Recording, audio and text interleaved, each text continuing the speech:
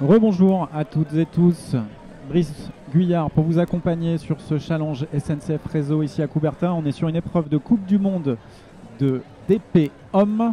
On est dans le tableau 32 et on est là pour accompagner, encourager et soutenir le dernier français, Daniel Gérand, notre Dany national. Il est opposé à un tireur à sa portée, Robel, le Danois. Un faux Danois, j'ai envie de dire, puisque Robel, il s'entraîne la plupart du temps en Italie.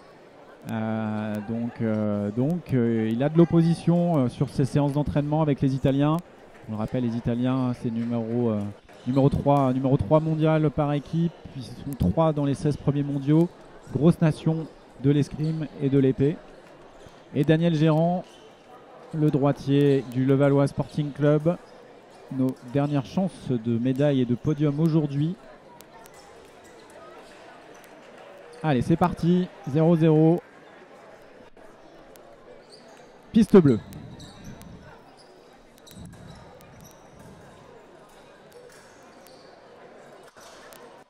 Allez, un bon début de match là de Daniel Gérand, 0-0, mais il est dans l'observation. Bon, il prend la première touche, ok. Mais en tout cas, il n'y avait pas de précipitation. On a vu un Danois Robel jaillir très très vite sur cette première action. En flèche directe sur une cible haute. Allez, Daniel Gérand qui me disait tout à l'heure, si je suis sérieux, ça devrait passer. C'est important d'être rigoureux, mais peut-être pas trop sérieux non plus et de laisser libre cours à son jeu, sa créativité évidemment.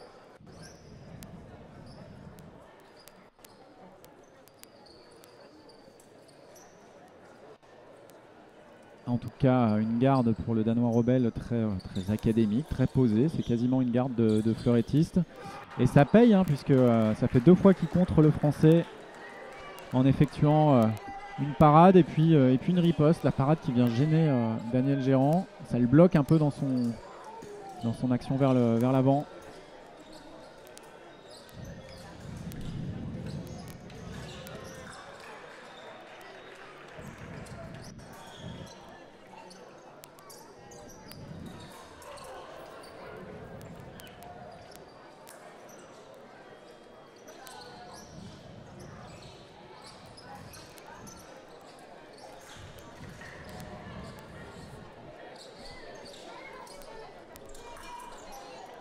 Allez, 2-0. Il n'y aura pas d'autres Français aujourd'hui. Ils étaient 5 en lice ce matin. Et attention, c'est à chaque fois trop court là pour Daniel Gérand. Une attaque. Il est paré encore par le Danois qui a tenté de mettre une riposte en passant par derrière, par son dos. Ça ne touche pas. Allez, Dany là qui a besoin de voir allumer sa première lampe, sa lampe rouge.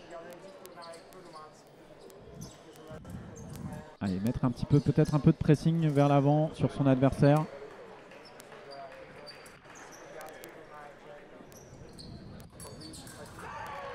Voilà, elle arrive cette première touche.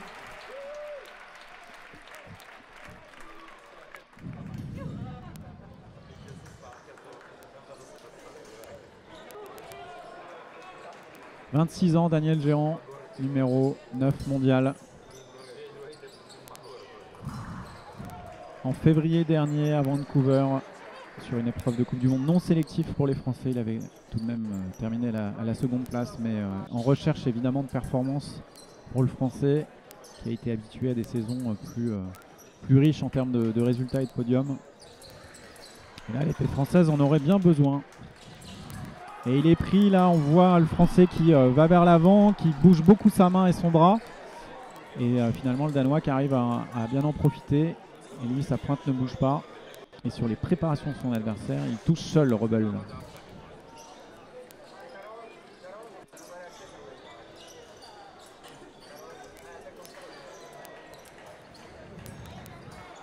Attaque un peu court là. Voilà, très belle parade riposte du Français cette fois-ci.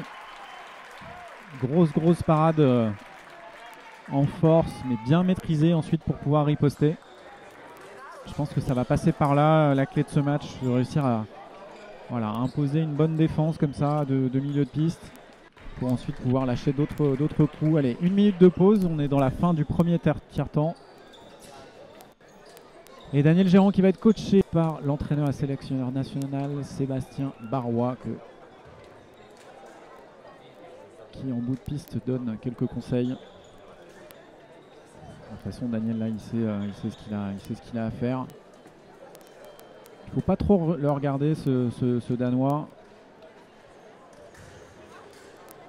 Il faut trouver la bonne distance, réussir à se rapprocher, ensuite lâcher une action très simple.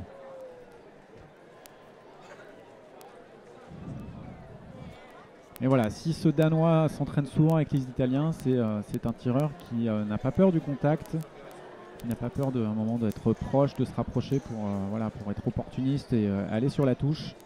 C'est vraiment le maître mot des Italiens. Ils sont dans la distance, ils sont dans le jeu, ils sont proches. Certes, ils se mettent en risque, ils peuvent prendre des touches, mais aussi ils se donnent la possibilité d'en mettre. Et après, une très très grande vitesse de main. À la fois pour contrer et faire des parades, mais aussi pour aller tout de suite sur la touche et sur la cible. Et on sent que ce Danois, il est aussi un petit peu dans cet esprit-là.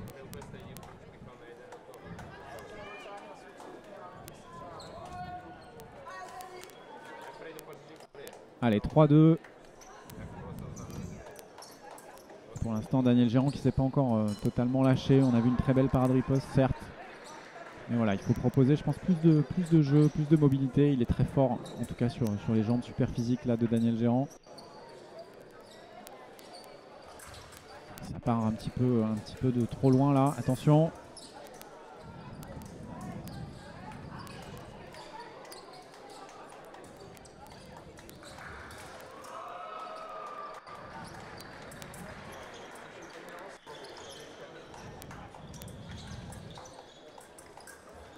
Allez, ça touche directement. On a vu le Danois tenter des parades circulaires. Et finalement, Daniel, lui, a réussi à s'infiltrer dans cette défensive et à toucher.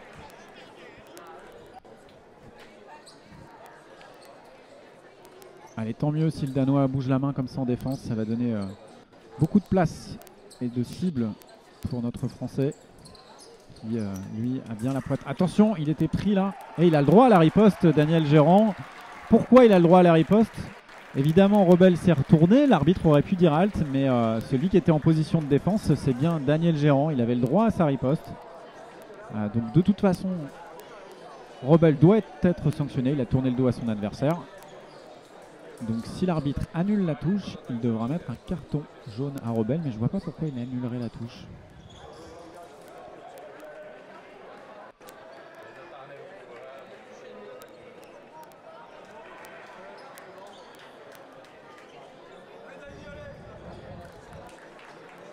Ok, touche annulée. Je pense qu'il y a eu une sortie de piste sur le côté de la part de Daniel Gérand, puisqu'on l'a vu reculer ensuite. Attention, ça part trop loin. Et ouais. Et en tout cas, le Danois, lui, il laisse bien sa pointe sur la cible. C'est bien joué, ça.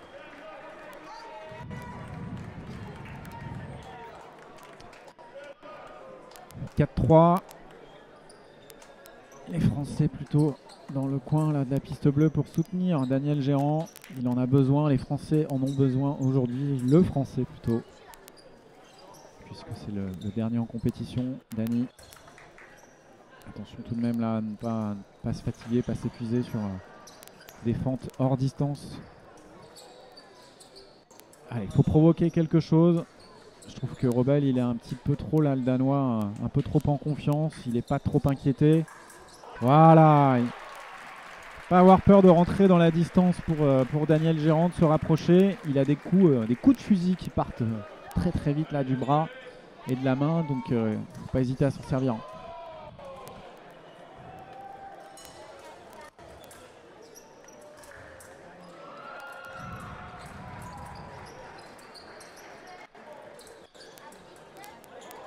Allez, c'est double, chacun marque un point.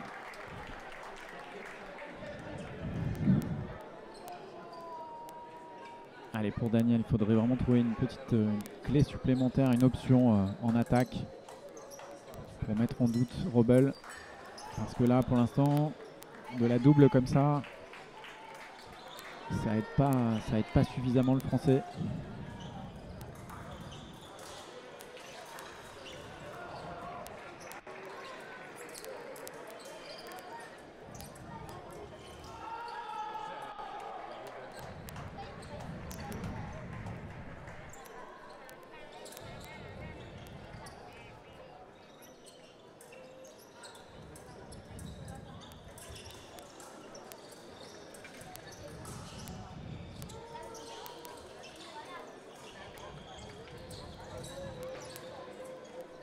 Allez, bon pressing là. Attention, chez Robel, le rythme n'est pas du tout le même. Ah, c'est dommage, ça touche pas la première de Daniel Gérand. Très serein le Danois en défense, on le voit, hein, il reste bien en garde, il panique pas, il est en confiance. Et ça, c'est assez déstabilisant, je pense, pour le Français. C'est très rare de voir un tireur comme ça en fond de piste, garder ce calme, cette assise, cette position de garde sereine.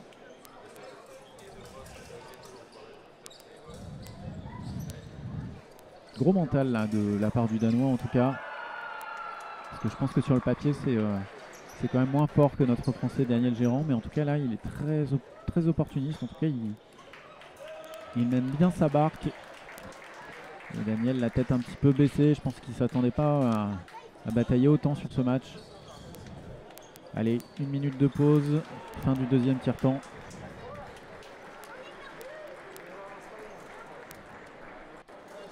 Tous les matchs là encore hein, très serrés dans ce tableau de 32. Il n'y a pas un match avec un écart de plus d'une touche. Novojolov, l'Estonien, est mis en difficulté, 11 partout sur le Hongrois Siklosi. C'est sur la piste jaune, ça, très beau match aussi.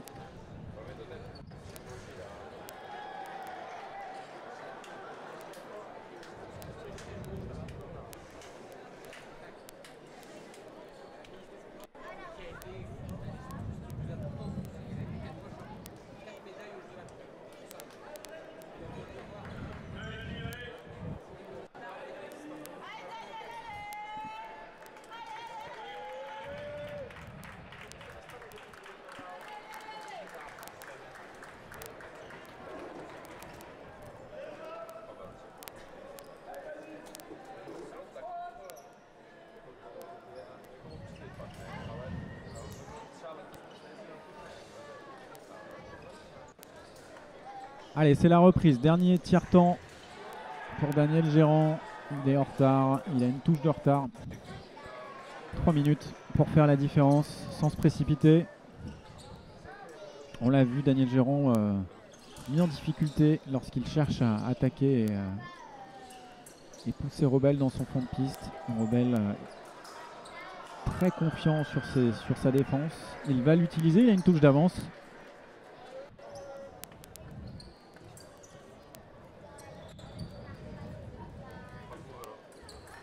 Et voilà la première attaque trop courte du Français. Il poursuit ensuite en continuation. Mais là, Robel allonge son bras en même temps. Coup double.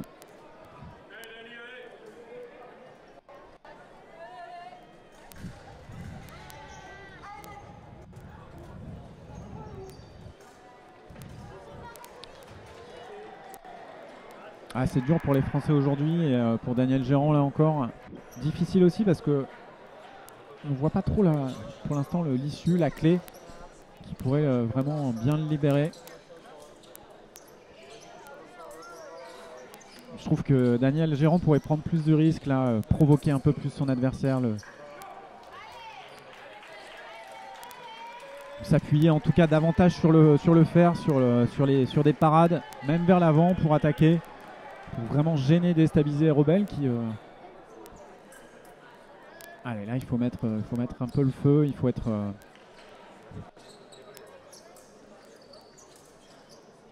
plus dur je pense là sur les phases offensives.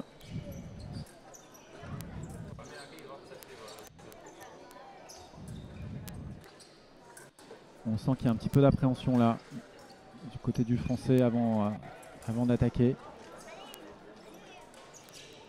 Allez, appuie-toi sur le fer Daniel, fortement.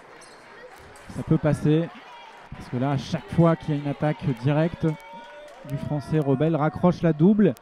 Et à une touche d'avance pour le Danois, bah, ça pourrait finir comme ça jusqu'à 15-14.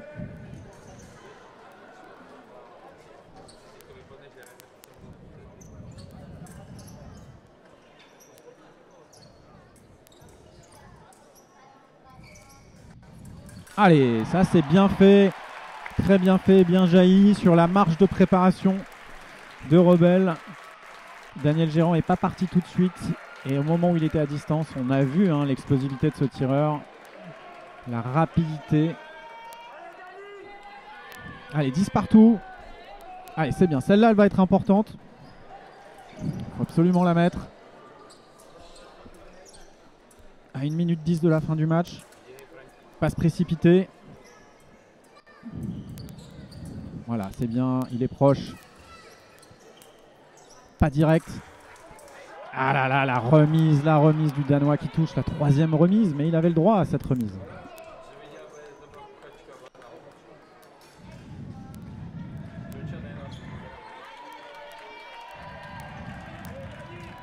Allez, Dany Gérant qui demande à changer d'épée.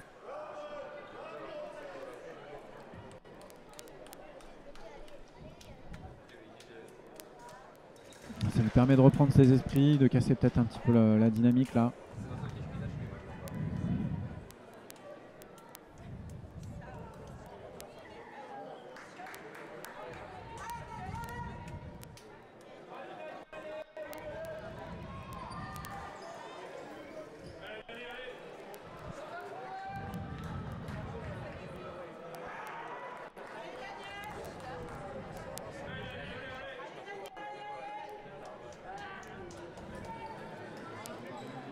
Allez, on espère voir Daniel Gérant continuer cette compétition. On a besoin ici à Coubertin d'un Français pour animer ces phases finales, de quart de finale, demi, etc. Et là, on n'est que dans le tableau 32, donc il y a encore... évidemment, il y a du chemin avant d'en arriver là. Et le premier obstacle, c'est Rebelle et cette petite touche d'écart, en tout cas, à combler déjà. Très très bien défensivement, Rebelle, vous le voyez. Et là, ça passe, c'est bien. Rebelle qui passe sur son action. C'est bien ce que fait Daniel Gérant parce que du coup, c'est pas de l'attaque directe, c'est plutôt mettre une pression, avoir le courage de se rapprocher et finalement, Rebelle, là, il est obligé de déclencher quelque chose. Et du coup, Daniel Gérant peut en profiter. Je pense que c'est plus alterné que juste de l'attaque directe. Et ce genre de touche, ça va lui permettre à Daniel de remettre des attaques, c'est sûr. Eh bien, on va aller à la mort subite. Mort subite, 1 minute. Et le premier tireur qui marquera sera déclaré vainqueur. C'est le Danois qui a la priorité. Mais vous le savez, la priorité, ça ne sert que s'il n'y a pas eu de touche pendant cette minute. Dans ce cas-là, c'est Rebelle qui sera déclaré vainqueur à la fin de cette minute. Mais évidemment qu'il y aura une touche et on espère qu'elle sera du côté du Français. Mort subite. Aujourd'hui, 3 Français ont perdu comme ça à la mort subite ou à 14 partout, dont Yannick Borel. On espère cette fois-ci que Daniel Gérant saura se sortir de cette situation de mort subite. Allez, attention. Attention au Rebelle qui pourrait surprendre et déclencher une attaque là alors qu'il l'a pas trop fait. Et là c'est bon, c'est pour Daniel Gérant. Et Rebelle qui a été gourmand sur la petite marche de Daniel Gérant. Il s'est dit c'est bon, je peux attaquer. Et c'est Dany Gérant qui a été le plus rapide sur cette contre-attaque. C'est bien, elle fait du bien cette victoire. C'était chaud, mais on a besoin de matchs comme ça pour se mettre dans cette compète. Voilà, c'était un bon match. Je pense que c'est ce qu'il fallait pour Dany Gérant. Allez, la suite maintenant.